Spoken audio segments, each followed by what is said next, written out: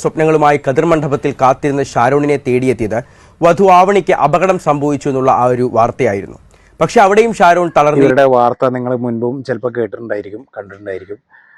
വിവാഹ ദിവസം കല്യാണത്തിന് താലി കെട്ടാൻ വേണ്ടിയിട്ട് കാത്തു നിന്ന ഈ ഷാരോൺ എന്ന് പറയുന്ന ചെറുപ്പക്കാരൻ കേട്ടത് ഈ വധു പെൺകുട്ടിക്ക് ഒരു ആക്സിഡൻ്റായി എന്നുള്ളതാണ്.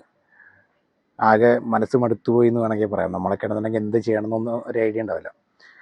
ഈ ഒരു ചെറുപ്പക്കാരൻ ചെയ്തത് ആ ഒരു പെൺകുട്ടിക്ക് വേണ്ടി കാത്തിരുന്ന്, ആ പെൺകുട്ടി ICUവിലായ തീവ്ര പരിചരണ വിഭാഗത്തിലായിരുന്ന ഒരു പെൺകുട്ടി.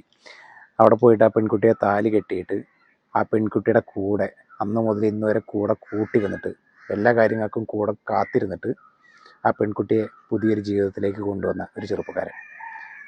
ഇവൻ എന്ത് പറയണമെന്ന് നമുക്കറിയില്ല, എങ്ങനെ പ്രശംസിക്കണം എന്ന് നമുക്കറിയില്ല. യഥാർത്ഥ പ്രണയം എന്ന് പറഞ്ഞാൽ അത് വലിയൊരു സംഭവമാണല്ലേ.